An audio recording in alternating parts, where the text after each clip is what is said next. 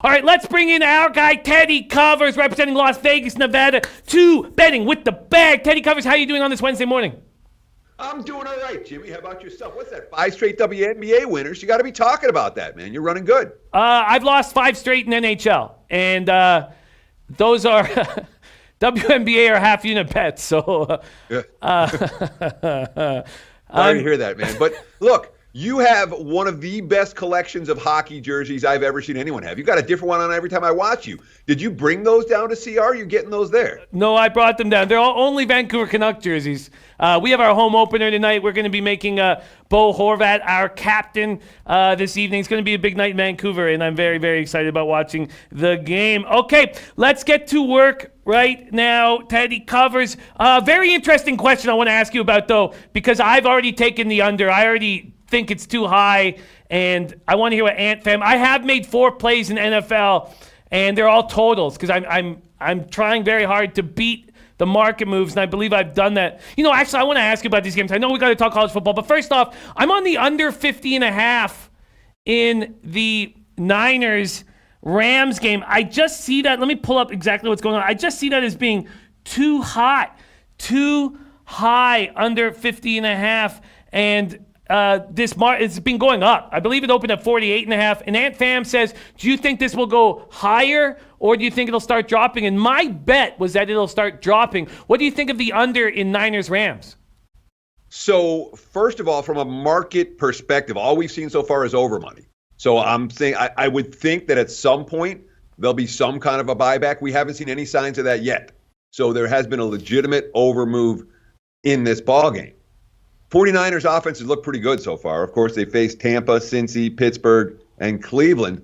What they did against Cleveland was a surprise. What they did against Pittsburgh, they turned the ball over in that ballgame. The first 2 games against relatively weak defenses, so we're going to want to discount those stats significantly. The Rams coming off a shootout in Seattle, I would think they have a better defensive game in them. But when we're talking about these 2, what do we want to call them? Offensive gurus. Shanahan going off against McVay. We can expect a fair bit of trickery. We can expect some very original and unique and difficult to defend play calls. And that makes me a little bit reluctant to play the under. This sharp money on the over, I think, has as much to do with the creativity of the play callers here as any other factor. And when you have 2 creative play callers, sometimes unders crash and burn. So it makes sense. I'm not going to bet it. I hear that, and that's an excellent point about McVay up against Shanny. Excellent point. Okay, let me go over my other plays because my 2-unit play in the Pick 6 contest, and I have already beaten this market move. I'm on the over 43.5. Now, I beat it by half point, so let's not pat myself on the back. In Philadelphia, Minnesota, I could break this down deeper as I did on the Audible yesterday, but I just see a spot where Minnesota got some confidence against New York. I know that's an easy secondary, an easy team, but sometimes you need to get confidence. We have a Eagles secondary that's completely beat up, and I know that Wentz can still put points up on the board against tough defenses. I think 43.5 is too low. I've gone over 43.5 in Eagles-Vikings. What do you think of that? So this is what we're talking about for a minute, because Mike Zimmer's not a coach that I'm looking to bet overs with. Zimmer is a guy who is going to run the football and look to establish a run every single week. That's what Minnesota wants to do. And defensively, they're a solid squad. For all the injuries that the Eagles have had in the secondary, it's their receiving core that's banged up worse right now. Their defense has played all right. But Wentz, number 29 among quarterbacks who have started every game, which I believe is last or next to last, or not started every game, who have enough attempts to qualify. Sorry, there's like 35 or so quarterbacks with enough attempts to qualify. Wentz ranks number 29 in yards per pass attempt, and that includes, remember what he did week 1 with Deshaun Jackson hitting those long TDs. So it's been all dink and dunk from Philadelphia offensively of late, grinding out first downs. We have a Minnesota team that's what they want to do. They're not about the big plays this year. They're about the grinding out the first downs and setting up the big plays. So from a fundamental standpoint, I'm not betting this over. All that being said, I totally see your point. I don't disagree with any of it. and this game could be a shootout, and I wouldn't be shocked if it was a shootout. So I'm not playing the under, but I'm not going to get the winner with the over. It's a pass for me, total-wise. Pass for you, total-wise. Okay, and Tomor liking the over too. Remarkable Gaming and I are on the exact same page. I've already taken the over 41 on Redskins Dolphins. Remarkable Gaming says both defenses suck. Dolphins are hungry for this win. I can see them putting up points. We also could see a bit of a bounce back from the Redskins after firing Gruden. I think 41 is too low. I think there's going to be sloppy play. I think we can get points in this game. I'm on the over 41 in Redskins Dolphins. What do you think of that? So I wouldn't talk you out of it. My biggest concern with the over in this game is red zone. I mean, the Dolphins' red zone offense, it hasn't been bad. It hasn't been really bad. It's been off the charts bad. I think 16% of their red zone opportunities have been touchdowns. That doesn't happen in the NFL. One would expect that to be better off the bye, but, again, you would expect the Chargers to stop fumbling at the 2-yard line, and it doesn't happen, You're asking a weak offensive team. I understand the Redskins defense isn't any good. I know the Dolphins defense isn't any good. But you're talking about two very weak offenses and asking them to get touchdowns, not field goals. That's not a game I'm going to have any money on before kickoff. And again, I'm not trying to talk you out of it. I'm not looking the other way. But it's not one that I'm going to get to the betting window with. I don't trust these teams to score touchdowns when they have the chance. That is the biggest concern, is the red zone, without a doubt. So I hear that too. I'm also on the under 41 in Chargers Steelers. We need to get to college football, and everyone wants to know what you're thinking about in today's game. But I do have to make two more moves, and we're changing around the Pick Six show that I do with Ragu and DJ Big Boss. So I've got to lock in these plays for the contest. I don't necessarily have to bet them, but I have to lock them in for the contest. So I want to ask you about a couple spots. Do you think Seahawks against the Browns, do you think I'm almost off of it now because I think it's just a recency bias after watching the Browns shit the bed. This could be a get-right spot for them. I'm interested in the over Texans-Chiefs. I don't quite understand this market move from the Saints to the Jaguars. Of those three plays, do any of them stand out as something that you would like to back? So I'm not stepping in front of the Saints again, I'll tell you that. Teddy Bridgewater, 25-7 against the spread as an NFL starting quarterback. And two of the 7 losses came in those meaningless Week 17 games that didn't count. He's been clearly an undervalued commodity. However, the Saints are the biggest public play, or one of the biggest public plays on the board this week.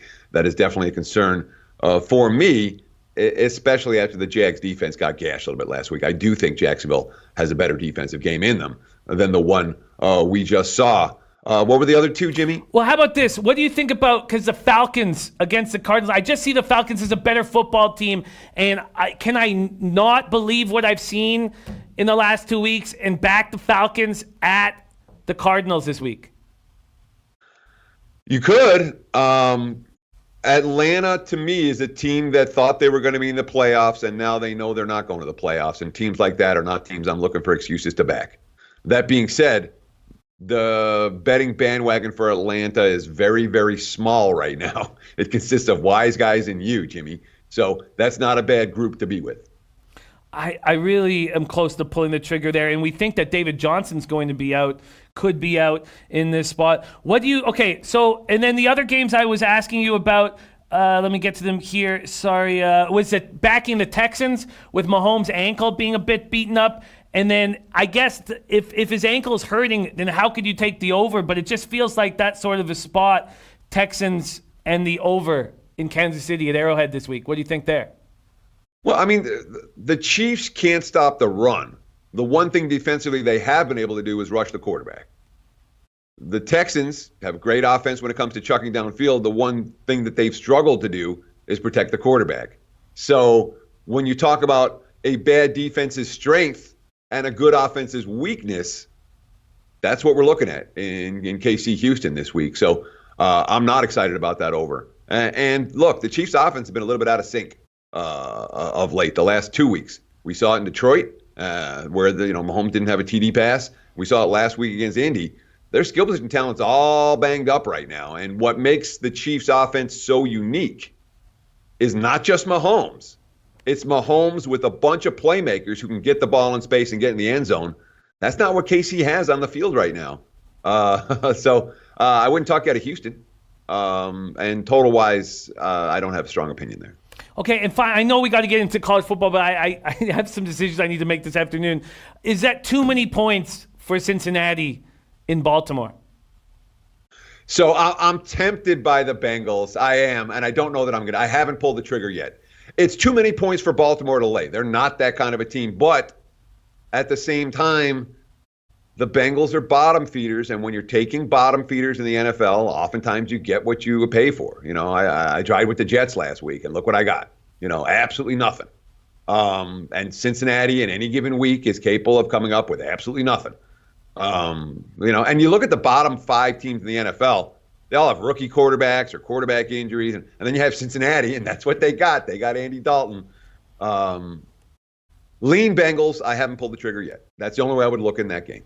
Yeah, I agree. And I do have some interest in the under. But we got to get to this big game this evening. App State versus the Ragin' Cajuns. Market's been going back and forth, and now we see App State at +2 at Bet Online. So a -2 on the board for the Ragin' Cajuns. And let's take a look at this total. This total opened up at 68.5. It got up to 70 at a couple books, and now it's down to 69 or 69.5. And I know quite a few people that are on the under. App State 4-0, 34-31 win against North Carolina at Chapel Hill week 4. Turned some heads, 3-1 against the spread this season. App State finished first in the conference in scoring and second in yards and last season, and then returned almost everybody except one offensive lineman and one receiver.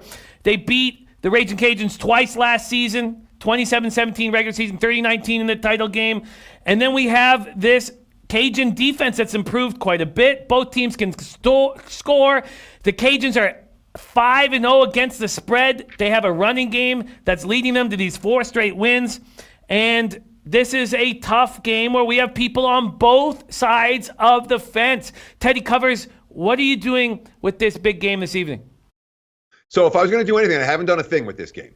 From a side perspective, this game is, you talk about that +2, that is an outlier line. So if you like App State, you might want to grab that +2. There's not many of those available at this moment. But this is a pick'em game. It's a coin flip game, and I've handicapped it twice, and it's still a coin flip game. Last team with the ball may well win. Wouldn't shock me at all. That being said, I agree 100% with the market move to the under. I agree with the sentiment in the chat room towards the under. You talked about the 2 meetings last season between these 2 teams, neither of which was a shootout that got to 70 points. In fact, 5 of the last 6 in this series have stayed under the total. We saw 49 points and 49 points again in the 2 meetings last year.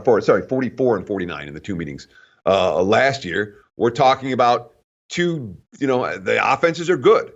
So are the defenses, and both teams are going to run the football. This isn't a game where we're going to see both quarterbacks chuck it 50 times and the clock's going to stop after every incompletion. There's going to be lots of grinding out first downs in this ball game. That's always good for under bettors, especially with totals approaching 70. So I agree wholeheartedly with the under sentiment. Haven't put it in pocket yet, but I might. What is your hesitation on the making a move on the under?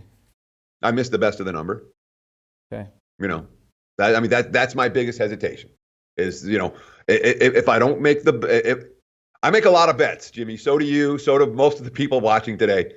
When I'm not getting the best of the number, that's a game. All right, well, I missed it. I should have played it. And most of the time I leave it alone. In this instance, I haven't missed it by much. I may well make the bet as soon as we get off air. Something I was thinking about and debating about, and it may well happen within the next half hour, but I haven't done it yet.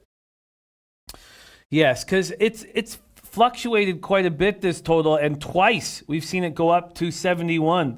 And every time it gets up to 71, it goes back down to 69.5, then up to 71, back down to 69.5. All right. Yeah, just jumping in. I can still find 70.5 here in Vegas. And now that we're talking about it, I don't usually make bets when we're on air because you're a little guy. You did that yesterday, didn't you? I can't do it when I'm on air. I'm afraid. I'm trying to listen to what you're saying, and if I'm on my phone making bets, it's I'll wait till we get off. But I'm still seeing 70.5s out there. Like I said, I may well pull the trigger on this as soon as we get off air. It's a bet that makes a whole lot of sense to me. Yeah, it does. It does. Okay. Barry Block saying, I hate betting unders in college football. Our Matt Randall saying, I'm not betting an App State game to go under. It may very well go under, but something I'm not interested in doing. Okay, we have a lot of questions coming in from the chat, and the one that puts a big smile on my face is our guy Manny Sanchez says, love me some Teddy. My kid loves Teddy. Says, love to know Washington -6 at Arizona. And we'll start there. Watch, because I don't want to ask you too many questions. And says his 12-year-old daughter is stuck on these games. So his 12-year-old daughter hammering these games as well. Let's start with Washington -6 at Arizona. Let me see if I can get you a rotation number. It is 151, 152. And we've already seen it go down to -5 at Pinnacle. Washington, Arizona, Teddy covers. Yeah, there's still some concerns about what's going to happen with it. It's not Tate. I don't know why. I thought there were some concerns about Tate. I don't see him listed on the injury report right here, right now. I put Washington in pocket. That was one of the 4 bets that I made Sunday night / Monday morning. I like the bounce back spot for the Huskies. I like Washington's defense against Arizona. And while the offensive chemistry hasn't been there for Washington yet the way we thought it would, I don't think it's hopeless. I am an Eason fan. I do think Eason is a first-round talent. And I think that the Huskies can score against his defense, taking a little bit of a step down in defensive class here. So it's Washington or pass for me. I already put Washington in pocket, so I'm certainly not going to talk you out of taking the Huskies at a better price than I got. I was afraid it might go up to 7. Instead, it's moved the other direction. All right, we have Washington. The next look is Penn State. Let's see Penn State here. Let me pull up the number on Penn State. Sorry, he's asked about the individual games here, and I got all these extra games on my sheet right now. Penn State. It's all the way down at the bottom. Oh, all the way at the bottom. Okay. It's 203, 204. Oh, perfect. Okay, thank you. Penn State, Iowa. Opening up -2.5 for Penn State, now at 3.5. This total at 43.5, now down to 41. And he's wondering, should he back Penn State -3.5 here? I will have Iowa in my pocket by Saturday. I haven't bet it yet. I think that they were 4.5 and I missed them. They weren't there for long. It's bouncing between 3.5 and 4 now. I'm going to put a 4 on Iowa in my pocket today. Again, the Hawkeyes, that battle against Michigan last week is nothing. We're not going to say, oh, Iowa stinks. They didn't play a good offensive game. Nate Stanley played a poor game, but it's not like that's. But number one, Iowa's defense was great in that game. Number two is they still had a chance to win it at the end, despite the fact of how poorly their offense played. Number three, returning home against, and this Penn State team, make no mistake about it. Weakling. Look at their schedule. They haven't faced an Iowa State yet. They haven't faced an Iowa yet. Nittany Lions are going to get tested here. I'm not sure they're going to win the game. Iowa, one of my stronger opinions this week. Ooh, one of his stronger opinions. Okay, writing these down right now. Okay, and I've been copying and pasting questions as we've gone. The first person to ask a question was near the beginning of the show, J.B. Brown. J.B. Brown on this big spread with Florida State at plus 26.5, where he has got them, and I'll see if that has changed. In this spot, Big Ragu was talking about last week backing Florida State first half. 2 weeks ago, backing Florida State first half, and because I took last week off, but I did take Florida State first half after he was talking about it in that cash. Ragu interested in going back to Florida State here. Florida State as giant dogs this week. Do they have a chance to cover? Teddy covers. So last year was 59-10. It was a complete annihilation for Clemson. If you watch the game, you remember it. It was one of those games that stood out throughout the course of a long college football season. Prior to that, every game between these two teams competitive. And prior to that, Florida State's killing them every game. So last year's game was the outlier in this series. All that being said, I'm not convinced that this is the week that I'm going to, my first reaction was Florida State plus. Wow, yeah, I want Florida State. That's too many points. You're reading some of those quotes. Clemson off the test at North Carolina, off a bye week. They're coming to play here. And if Clemson comes to play, that's not a team I want to stand in front of. So my initial lean was towards the Seminoles. If you're going to take Florida State, I would say maybe first half makes more sense than full game. See if Clemson comes out of the bye a little bit sluggish. And Florida State's played some great first halves, or certainly better in the first half than in the second half, on a consistent basis. And that's worth betting on once you see it. But, like I said, my initial lean was towards the Seminoles, and I just chickened out. And I'm not scared about chickening out. I'm not afraid to embarrass that, because this is, again, a spot where I wouldn't be shocked if Clemson just destroys this team. They haven't done a lot of that this year, and they're capable of doing it. Mississippi Kid agreeing with that. Okay, we have Suze, our great friend from Hawaii. Suze387 says, Aloha, Teddy. You think Hawaii's passing attack will give Boise State trouble? I see this as a possible Hawaii letdown. And then our Paco Healy says, is 11.5 too much for Boise to be laying against Hawaii? Boise State opened up at minus 13.5, rotation number 139, 140. Now at 11.5, this total opened at 59. It's at 59.5 at Pinnacle, 60, and even 61 at Heritage. Teddy covers Hawaii, Boise State. Let's start with this, all right? For those of you who, and there aren't that many of them. This is a hardcore group in the chat. But, like, the mainstream's going to focus on all these top 25 matchups. This might be the most intriguing game of the weekend. I can't wait to watch this one. This one's going to be a lot of fun. It's a great game in the Mountain West. We saw Hawaii go to Washington, and the offense didn't work. They turned the ball over. They moved the football in the second half of that game, but, at halftime, it was pretty well decided. It was at 38-7 at the break. That's their only test on the road against a good defense. That definitely concerns me here against Boise. Coming off that blowout win in Nevada and then the bye week, it's iffy here for Hawaii, and I want to be on Hawaii, okay? I am a Hawaii believer. I think the Warriors are a good team, a bet-on team. This particular matchup is a little bit problematic because what Boise is capable of doing in the secondary. But, again, the Broncos, you want to talk about a team that's been way overvalued. 18-36, their last 54 tries is home chalk. That's 33%, and that's a significant sample size. If I had to play it, it would be Warriors plus, but it's probably a game I'm going to talk about and then watch and without any action on. Well, we'll see if we get involved in the game. I'm not convinced that Hawaii's offense is going to be able to move the football against that defense, and that if they can't, Hawaii's not going to get enough stops to cover this number. Our guy Todd Clinton says, Jimmy, can you ask Teddy his take Friday night with Oregon giving up minus 20 to Colorado? I feel the Ducks roll, but I need Teddy's take. The price isn't right. I wouldn't be surprised if Oregon rolls too. Okay, I really wouldn't. But I kind of question the defensive numbers for the Ducks a little bit, and that's why this point spread was as high as it is and continues to go up. It has everything to do with the fact that in their last 4 games, they've allowed 6 points to Nevada, 3 points to Montana, 6 points to Stanford, and 7 points to Cal. None of those teams are good offensively. Hawaii was held to, Hawaii held Nevada to 3. Stanford the offense has been dicey at best, and then you know what I'm talking about. Cal hasn't moved the football; they're playing with the backup QB. So we're laying a price with Oregon that's inflated because of these bottom feeders, or these. Cal's not a bottom feeder, because of the bottom feeding offenses that they faced against, and Colorado's not a bottom feeding offense.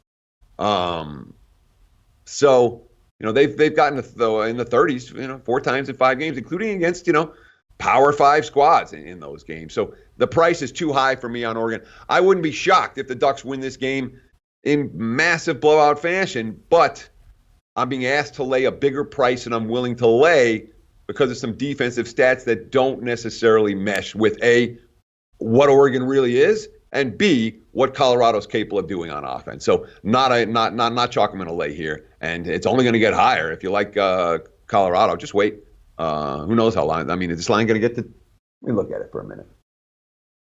I haven't seen that it's going to get. We're looking at 21s already, 21.5. I wouldn't be shocked if it keeps going up. I wrote it down at what's the opener here? 20.5 yesterday, 21 today. It's only going one direction. 21.5 is popping up. Too many points. Too many points. Melee Palace Way, Max betting the Dodgers here. Max betting the Dodgers. All right. Our guy Jeremy Williams has asked Teddy about rotation number 189, 190, North Texas, Southern Miss. Southern Miss opening up at -6. Now 3s or 3.5s on the board. Southern Miss, should they be backed here as a slight home favorite? So, this is maybe the weakest conference in college football this year. We talk about the Sun Belt, we talk about the MAC. Conference USA is down. And in general, when we're talking about one of these down conferences, I'm not excited about laying points with anyone. We saw what happened with North Texas in the game against Houston prior to the bye, where it's like, oh, wow, Houston's lost everything. Let's bet North Texas. They got bet up to -6. They lost the game by 3 touchdowns. That's this conference. Southern Miss. All right, well, let's see what we can do. Can we get Alabama? Can we get that game over the total? Can they hang? That's the only game that they've played against anyone decent all year. But no, and then Mississippi State, they don't move the football. I don't trust these teams. I don't trust either one of them. If I had to play the game, I would look over the total. These are two potent offenses and two defenses that don't get stops necessarily against the better offenses they face. So my lean here is towards over. That's from a side standpoint, I got nothing for you. Good luck. We have some plays of the day from our guys in the chat. Matt Randall liking the over in Nebraska, Minnesota, 129, 130 rotation number. This opened at 52.5. It's now at 50 at Pinnacle, 50 at Bookmaker, 49.5 everywhere else. What do you think of the over in Nebraska, Minnesota? Makes a ton of sense. I like the way Matt Randall thinks. I really do. These aren't always his spots are under the radar spots that make a ton of sense. The guy clearly is doing a fair bit of work on college football. Cheers. I like to play a fair bit. Gophers' offense is real. Minnesota's real. All right. Make no mistake about it. This team is capable of putting up points in bunches. And there's a big play passing element for Minnesota that just hasn't been there in years past. We know what Nebraska can do. There obviously questions about the quarterback position, but their defense is not good, and their offense can put up points. And Minnesota's defense isn't great. So over there makes a ton of sense to me. I'm worried a little bit about pace in that game, but that's the only concern I have. It's an over matchup on paper, big time, with a reasonable total. Yeah, it is. It is, and it's dropped a couple points too. Our guy Noli. Well, that's Martinez. The issue is whether the Nebraska's QB is going to be healthy. No, I hear that, and we got some information in the chat about that from Tom Marino. Yeah, it's not clear if Martinez plays this week for Nebraska, so need to know that information. Our guy Noli knows the man who's making unders great again. NIU, Ohio, rotation number 161, 162. Noli knows likes the under in Northern Illinois, Ohio at 49.5. What do you think of that? So it's funny because for years I've had Ohio as essentially an over team. This is the team that I want to be. Their offense has been good. Their defense, not so much.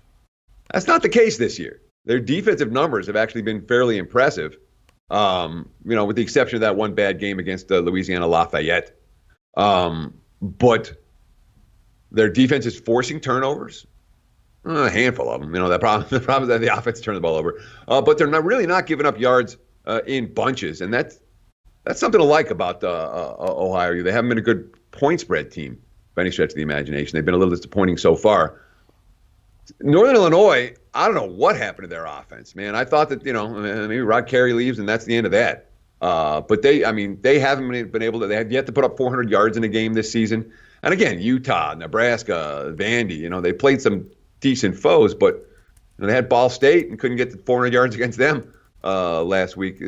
Turnovers, a big part of that equation. But it's certainly an under that makes sense given Ohio's defense performing better than expected this year. Northern Illinois struggles on the offensive end. I wouldn't talk you out of that one at all. Our guy, Prince of the City, wondering what you think of Cincinnati at Houston. 171, 172, 25th ranked Cincinnati, open at -5, now 7.5, Teddy. Do you agree with that market move? Is there still value with Cincinnati? I'm tempted by the Cougs. No, I don't want Cincinnati here. God, I don't want Cincinnati here. Okay, that was a huge win last week, and a massive win for that program last week. And now they're ranked, they're on the road, they're laying a touchdown against a Houston team that just covered the spread by 4 touchdowns in a game where the market's crashing. And oh, Houston's can't be there. Derek King is quit the team and all. And they won, it killed them. And now they had a week to get the QB up to speed. I talked about Iowa, and Iowa's the one that I like. Houston's another one that I like. I don't want the road favorite here. Backing Houston. There are more questions coming in, but have you added to your short list? Is there other moves that have caught your attention that we should be spending the last few minutes on the show talking about, or should I continue asking you questions? So the 4 bets that I made prior to the show on Monday are literally the only 4 that I've made so far. So I'm happy to answer questions. Tomorrow I'll have a bunch of plays for you, but today I don't. Perfect. I haven't pulled the trigger. A lot of times, unfortunately, the way my day goes, a lot of times the period immediately after I get off the air is when I'm making bets and doing that, and it takes till the next day before we get there. But that's just the way the schedule works out. So I apologize. I haven't. I got. I gave you Nevada, Fresno, Iowa State, and Washington on Monday. Today I talked about Iowa and Houston as 2 that I like. So there's 6 that make a whole lot of sense to me early in the week. We love it, and we love learning about your process, so absolutely no need to apologize at all, and we just love this.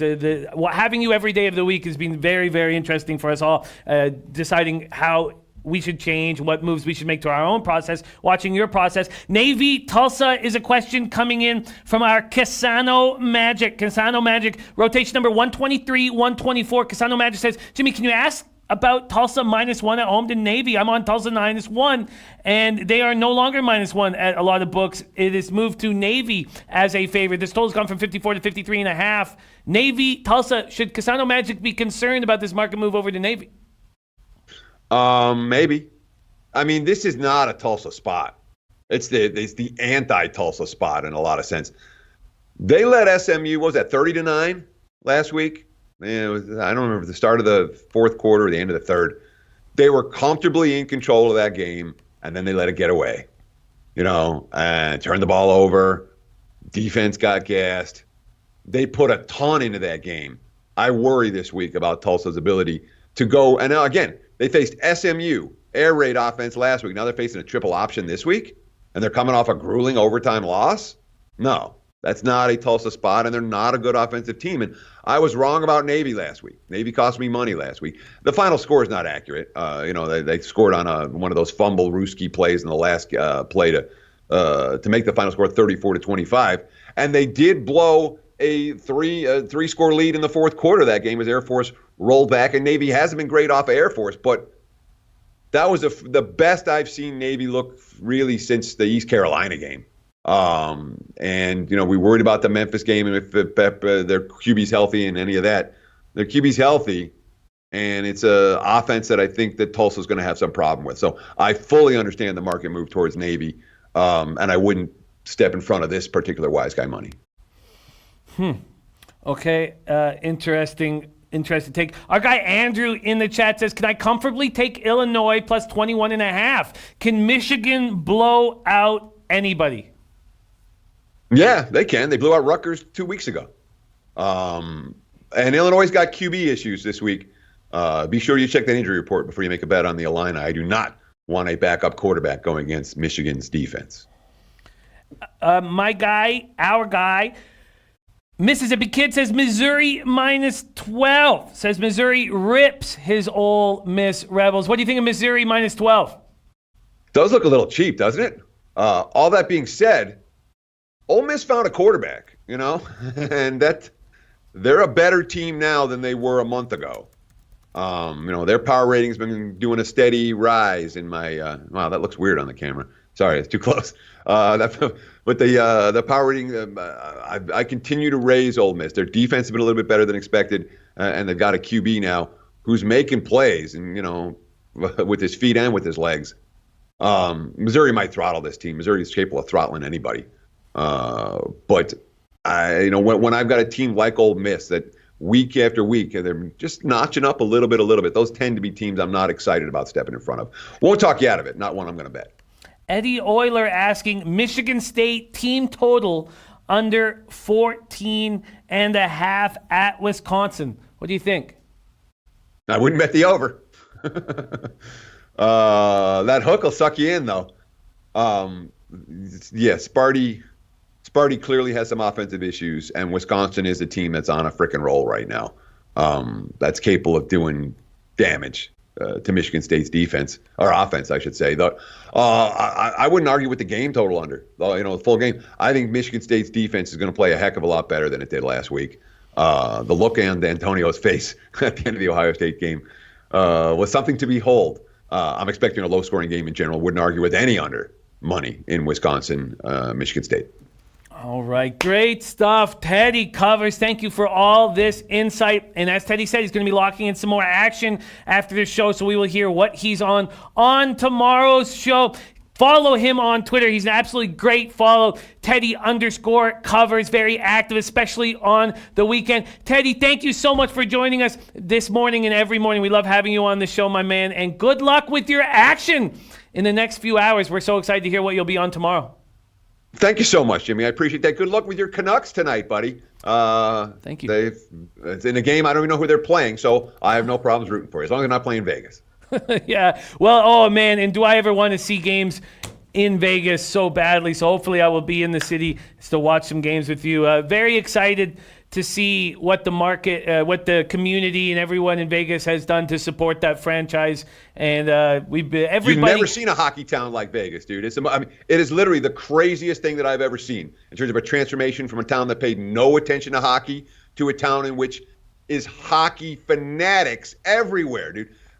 3 years ago, there wasn't a kid in Las Vegas who played street hockey. Now you can't go in any neighborhood. In any neighborhood in town, you're going to see kids playing street hockey. They're all wearing Golden Knights jerseys. Oh, we love it. Everybody loves it. Now, my Canucks have never won a Stanley Cup, and we are, perennial losers. So when you were about to win the Cup in the first year, I did not want that to happen. I wanted you guys. I don't blame. Turn it a little more, but insane. That's just me being honest.